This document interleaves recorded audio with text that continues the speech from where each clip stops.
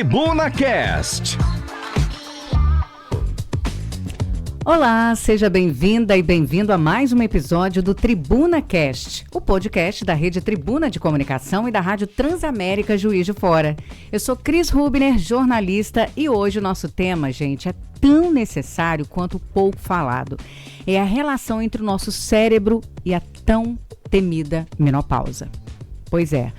Quando a gente fala na menopausa, o foco sempre recai sobre os sintomas físicos, como aquelas ondas de calor, alterações de humor, alterações hormonais também. Mas a ciência tem mostrado que as mudanças mais profundas acontecem também no nosso cérebro, afetando a memória, o humor, a clareza mental e até a nossa energia. No episódio de hoje, a gente vai entender como é que a queda do estrogênio impacta o funcionamento cerebral, como o corpo tenta se adaptar a isso e o que os estudos mais recentes têm revelado que pode ser feito para manter essa saúde cognitiva das mulheres na meia-idade. E para esse bate-papo, a gente está recebendo aqui hoje 3 grandes especialistas. O primeiro deles, nosso parceiro aqui na Rádio Transamérica, Dr. Leandro Cruz, neurologista clínico, que nos ajuda a entender o que de fato muda no nosso cérebro feminino durante e após a menopausa também. Com a gente também a doutora Eliana Martins, médica homeopata integrativa e especialista em qualidade de vida, com foco no cuidado da mulher em todas as fases. E também a doutora Fernanda Soares, ginecologista, que nos explica como é que essas alterações hormonais se manifestam e como o acompanhamento médico pode trazer mais bem-estar durante esse momento tão frágil da mulher, digamos assim. Bom, muito obrigada pela presença de todos vocês. Sejam bem-vindos, viu, gente? Muito obrigado. Obrigada. Vou começar com o doutor Leandro. Doutor, o senhor é bendito fruto aqui hoje. O que acontece, neurologicamente falando, com o cérebro da mulher durante esse período da menopausa? O que isso impacta na memória, no nosso humor? Explica pra gente. Esse assunto ele é muito interessante, muito atual, e muitos estudos vão em direção ao papel do estrogênio. O estrogênio ele é um hormônio, né, que cicla ao longo do mês. A doutora Fernanda vai explicar para a gente melhor. E existem áreas cerebrais que são sensíveis, têm receptores de estrogênio. Uhum. Essas áreas são as áreas do hipocampo, áreas do hipotálamo, áreas do córtex frontal. E traduzindo em miúdos, essas áreas são áreas responsáveis pela memória, pelo comportamento e pela regulação, inclusive, da temperatura corporal. Então, quando entra na menopausa ou no período perimenopausa, que esses hormônios, principalmente o estrogênio, vai ciclando e ficando com a concentração menor, essas áreas do cérebro vão tendo menos plasticidade, ou seja, elas vão se conectando menos e expõem a mulher a esses sintomas, né, dos fogachos, da sensação da fog, né, daquela névoa cerebral, esquecimento, diminuição de concentração, alteração às vezes do apetite e muitas alterações do humor. Então o cérebro da mulher é extremamente sensível ao estrogênio, e quando o estrogênio muda a sua concentração, a gente vê isso inclusive ao longo da vida, né? Ao longo dos ciclos ovulatórios e menstruais da mulher, como que o estrogênio às vezes faz falta e muda o comportamento naquela fase pré-menstrual. Na fase de perimenopausa, isso é um pouco mais sustentado e, de fato, há um impacto muito grande, às vezes, no comportamento e na questão cognitiva. Então, são neurotransmissores que se alteram, conexões cerebrais e até a capacidade de limpar o composto, chama beta-amiloide, que é responsável pela doença de Alzheimer. Então, a doença de Alzheimer já predomina na mulher, 2,5 a 3 para cada homem acometido. Uma das hipóteses é exatamente a sensibilidade dessas áreas de memória e cognição ao estrogênio.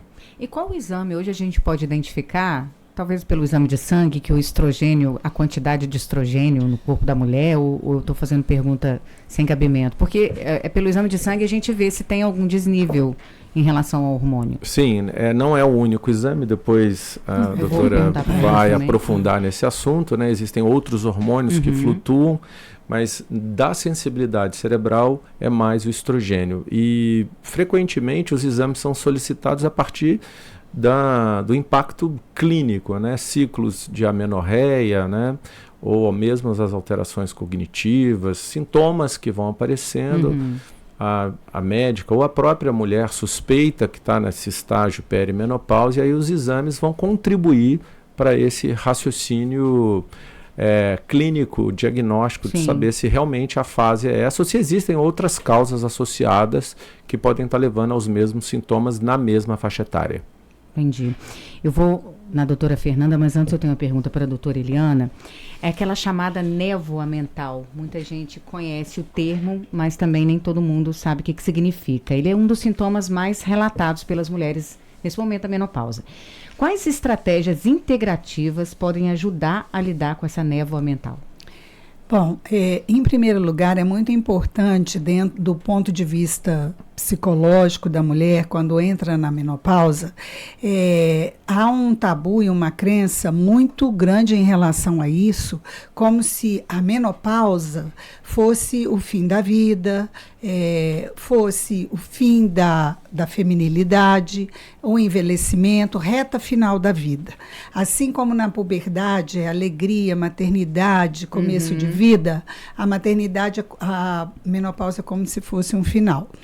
Dentro da medicina da homeopatia e da medicina integrativa, a gente não consegue separar o corpo da mente. Ou seja, aquelas manifestações cerebrais que vão afetar o nosso corpo, elas estão totalmente interligadas. E isso, muitas vezes, não tem a ver com a idade, porque a gente sabe, né, que tem mulheres que têm uma menopausa precoce, mesmo antes dos 40 anos, né, e que as emoções, inclusive tem relatos aí de mulheres que iam para campo de concentração, de que elas perdiam, né, a menopausa, ela... vinha precoce, suspendiam as regras por conta do estresse, de um susto muito grande, um temor muito grande. Então, cada mulher, ela se manifesta de uma forma e ela tem essa questão, tanto precoce ou tardia, de acordo com as suas reações psíquicas, né, e físicas. E essa névoa a gente orienta um melhor estilo de vida, porque quando a mulher ela se alimenta bem, quando ela faz atividade física, uma coisa vai chamando a outra, uma coisa vai chamando a outra. E a gente tem remédios específicos dentro da homeopatia. A homeopatia é uma especialidade muito individualizada, que através do contexto, daquilo que ela sente, daquilo que ela pensa, a gente chega à medicação. Então, assim, não dá para eu listar todas os medicamentos, mas a gente usa laquese, são medicamentos diferentes, semicifuga. Então, essa névoa vai depender do que a gente vai usar, vai depender das características individualizadas de cada mulher. Agora, doutora Fernanda, a gente sabe que a menopausa é um marco biológico para todas as mulheres. O envelhecimento reprodutivo, ele pode começar bem antes também, né? A doutora citou a perimenopausa. Eu queria que você explicasse para o nosso ouvinte, nosso internauta, exatamente qual que é esse momento e o que é a perimenopausa. Perimenopausa é o período que antecede a menopausa. Então, engloba a parte do climatério também. A paciente começa a ter alguns sintomas, não só repercussão laboratorial, que foram os exames que citou anteriormente. Às vezes o laboratório está normal, mas os sintomas já começam a aparecer. Então, o calorão, aquele fogacho, o cansaço, insônia. A fadiga, tudo isso Aquelas que começam a se identificar, né? Então, tudo isso acontece. A gente costuma falar que a medicina ela é sempre clínica. A clínica vai superar qualquer outro exame que você vai fazer. Então, se está incomodando a paciente naquele momento, você já tem que ter um olhar diferenciado para aquilo. Então, esses sintomas, eles começam a aparecer. Às vezes, aparecem até 5 anos antes de realmente a menopausa começar a falha da menstruação. Mas o calorão, os fogachos já começam a aparecer. Agora, a reposição hormonal, ela ainda é um assunto que deixa muitas dúvidas nas mulheres, né? A gente está falando mais de reposição hormonal, talvez na última década. Antigamente, as nossas mães e avós nem sabiam o que era isso. Quando que ela é indicada? Como é que ela pode ajudar a manter a saúde cerebral? Tudo começa com o que a paciente sente. No dia a dia, tá legal? Não tá? Como tá a relação dela com as pessoas que ela convive, tanto com os filhos, com os parceiros? Ela consegue fazer uma atividade física? Consegue se alimentar? Não. Tudo isso não está funcionando. Ok, vamos avaliar a reposição. Sim. Não é todo mundo que tem a indicação e nem todo mundo que vai fazer a reposição. Às vezes vai ter os fogachos, mas que faz com uma atividade física vai resolver. Realmente entra na parte da medicina do estilo de vida, que a gente muda essa parte e às vezes funciona. Não precisa repor, nem todo mundo precisa. A gente tem o tabu de que precisava repor todo mundo porque o exame está dando alterado, os hormônios estão caindo. Nem sempre precisa. Olha. Sobre isso, dentro da questão cognitiva, a terapia de reposição hormonal ela é bem estudada, né, ou vem sendo muito estudada cada dia mais, por conta da preocupação cognitiva, né?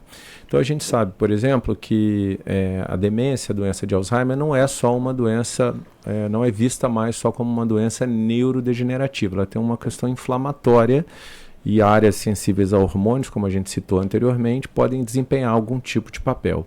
E aí dentro disso, colocando homens e mulheres que fazem a prevenção da doença através de mudança de estilo de vida, as mulheres se beneficiam muito mais do que os homens. Tem alguns estudos importantes. É mesmo?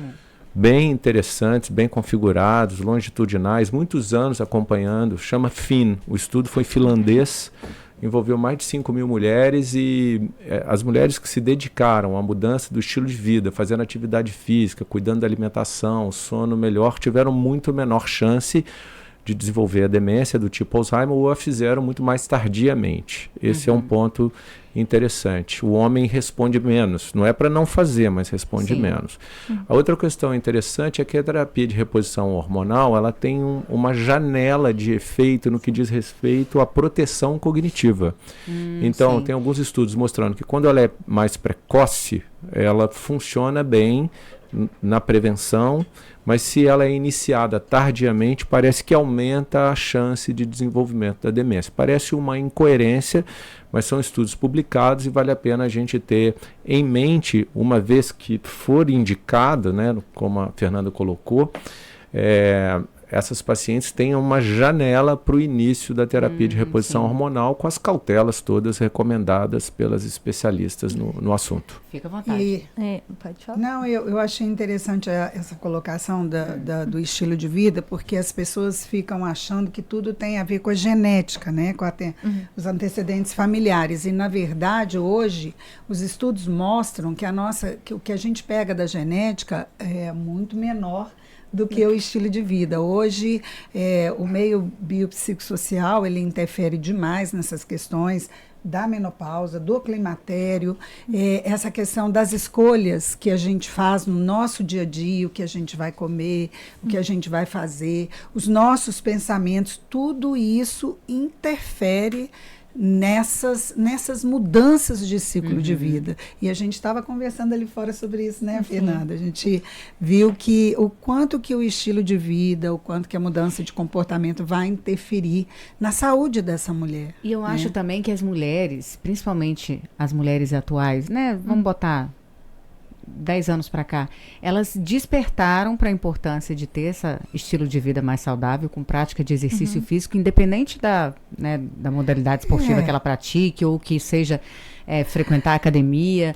Eu acho que isso tudo agora está dando um resultado clinicamente dessa mudança de hábito. E eu não estou falando só de alimentação, é de consciência mesmo, de corpo. E a que a Fernanda falou antes, a gente não medica exame, a gente medica paciente. Então, você só vai medicar, ela pode falar melhor do que eu, né, por ser ginecologista, que muitas vezes a mulher ela não precisa de fazer uso de hormônio.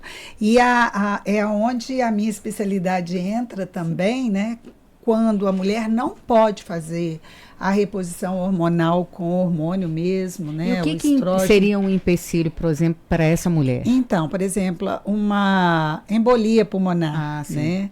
Um histórico de câncer de mama, de câncer na família de mãe, de pessoas próximas. Ou até mesmo da paciente. Existem alguns estudos que veem o risco-benefício. Tem pacientes, exemplo, a Adrica Moraes, que é a atriz. Ela fez uma reposição hormonal, mesmo tendo um câncer de mama ela mesma, mas com uma dose baixíssima, porque a qualidade de vida dela estava horrível. Ela falava, minha qualidade de vida não tá boa, tá horrível. Então eu preciso ver o que tá bom para mim. Depende do jeito que ela quer viver. Ela quer viver bem, com o mínimo risco, sabendo disso, tomando todos os cuidados, ou quer viver de uma maneira ruim e não viver tão bem psicologicamente, que aí entra a parte da neuro.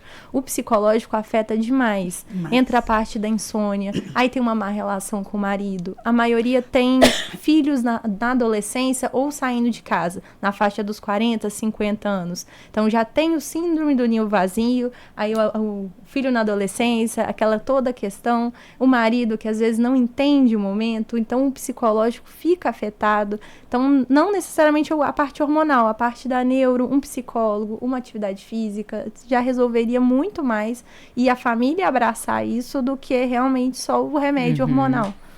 Vocês apoio, né? costumam atender a família em conjunto? O homem acompanha a mulher nas consultas? Sim, isso é um ponto importante. Eu costumo pedir, falo com a paciente, não precisa entrar para fazer exame, mas se ele quiser vir na próxima consulta, vem e a gente conversa. A maioria fica 5, 10 minutos, a gente conversa, eu explico, a gente conversa alguma coisa e vai embora. Mas tem outras que falam, olha, ele não dá conta, ele não quer, ele não aceita que isso não tem a ver comigo, é uma parte hormonal, ele não entende. Então, eu acho que existe um ponto hoje na sociedade que os homens não entendem tanto.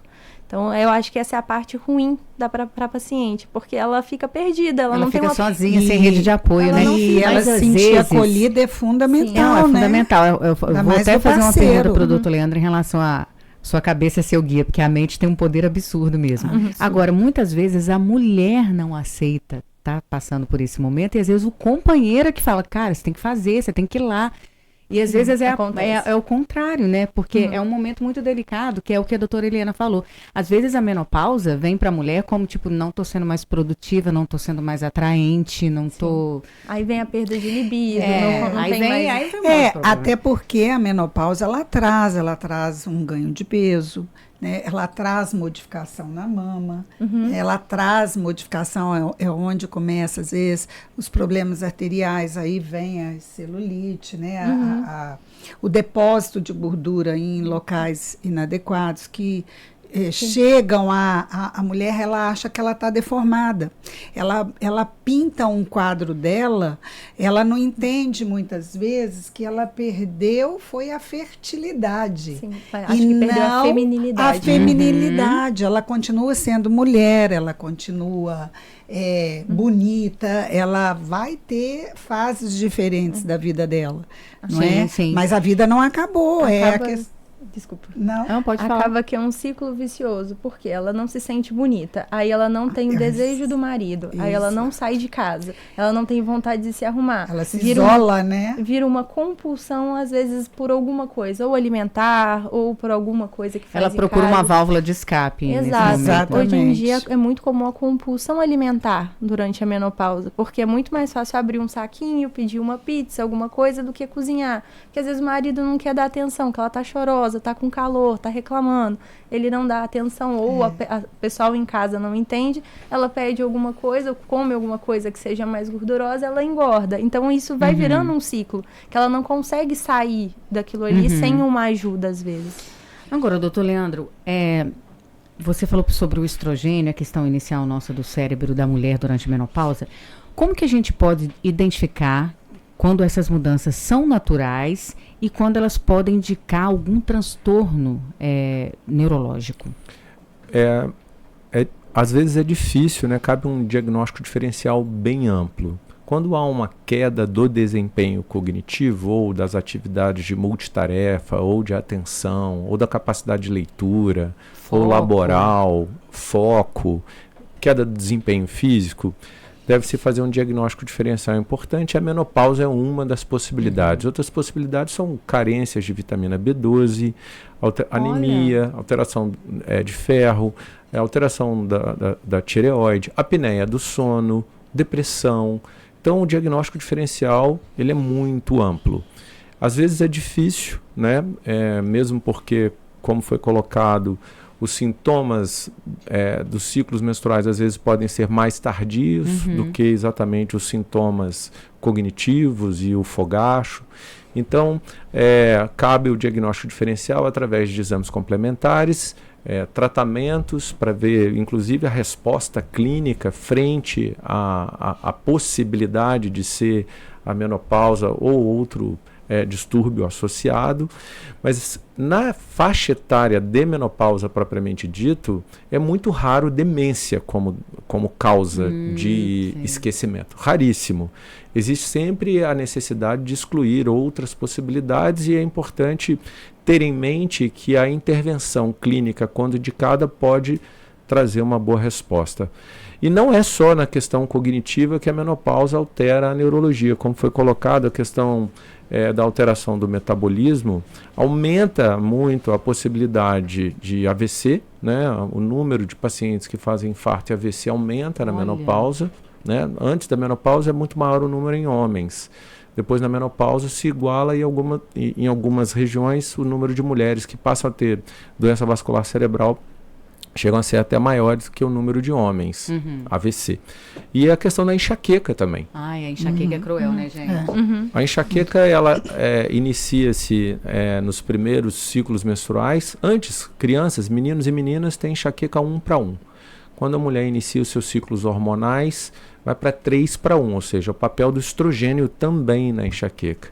E estabiliza-se na fase adulta, né, numa frequência de dor. Algumas pessoas com dores muito frequentes têm que fazer tratamento preventivo, tratamento de dor, mas fato é que chega naquela fase perimenopausa, a enxaqueca às vezes fica muito mais grave do que na fase anterior. E a enxaqueca não tratada, ela pode desencadear outros problemas mais graves, que é aquela que a mulher subestima e acha, só um remedinho aqui vai resolver. E enxaqueca é uma dor mais forte, né? A enxaqueca em si não é uma doença grave, diretamente. Ela aumenta a chance de AVC, por exemplo, muito pouco. E as pacientes, inclusive, que têm enxaqueca com aura, que têm pontos luminosos, alguns sinais, não podem fazer reposição de estrogênio, né? Sim, já não pode usar estrogênio durante a vida reprodutiva também não, porque aumenta muito a chance de ter crise de enxaqueca.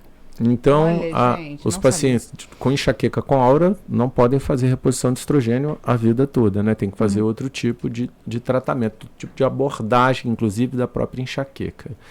Então, quando a gente acompanha essas pacientes no longo prazo, o impacto da enxaqueca é muito indireto, porque cai um pouco dentro dessa desconfiança da sociedade em torno da doença da mulher. Será que é corpo mole? Será que está fazendo jogo duro? Será que é peixe?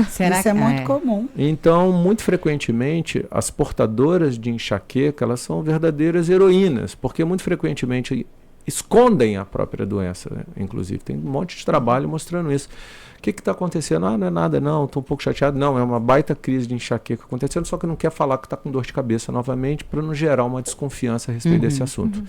Então, isso é muito importante, né? A pergunta sobre a família, o marido, eu coloquei exatamente porque o acolhimento na família, pelo menos dentro do âmbito do distúrbio cognitivo, da questão da autoestima, da alteração do sono, do apetite, da morfologia corporal, isso, se não tiver um acolhimento dentro de casa, a coisa fica muito pior, né? Sim, sem dúvida. A mulher acaba se isolando muito no período da menopausa e se sentindo muito desamparada. No dia a dia de consultório, que eu percebo, né, essa questão da família ela é de extrema importância. Mas, assim, eu já tive casos de homens que faziam questão de entender o que era a menopausa, de que forma ele poderia ajudar, como também eu já me deparei com homens que falaram, isso aí realmente é frescurite aguda, isso daí por que só ela sente e eu não sinto? Então, eu acho que dentro da nossa cultura, isso ainda é pouco falado, né? Sim. Agora, realmente, eu acho que de uns 20 anos para cá, que a gente vem falando mais, assim, vem falando mais. Quebrando mais esses tabus, né? E a mulher, eu acho assim, que para ela ter qualidade de vida, a gente tem que trabalhar todos os pilares da qualidade. É o físico, mental, espiritual, intelectual, então aí entra realmente a família. E se não houver esse apoio, né, você vê, a própria Fernanda, que é ginecologista, está falando aí, que muitas vezes, e eu vejo isso no meu dia a dia, às vezes eu uso uma substância diluída, dinamizada, que tem um efeito muito pequeno, sutil, e causa um efeito maravilhoso. Outro dia eu estava vendo até um vídeo, né? Foi acho que um TED Talk que eu vi da Dove, o pessoal falando, a mulher se sentindo feia, se sentindo que ela não tinha mais condição de ter um companheiro, obesa, e aí ela foi no médico e ele falou, olha, eu vou colocar esse adesivo em você, não sei se vocês já viram isso, e você vai se tornar uma outra mulher. Você não vai se sentir feia, você não vai ter calorões, você vai ser uma mulher melhor. Outra mulher. E aí, depois de 15 dias, houve uma mudança radical nesse grupo de mulheres. E quando elas foram perguntar qual era o hormônio que tinha naquele adesivo, na verdade era um placebo, não havia nada. Olha! E todas elas se modificaram. Então, o que isso significa? O que já foi dito aqui, né? O psicológico, que manda ele mesmo, é que manda. A doença começa na mente.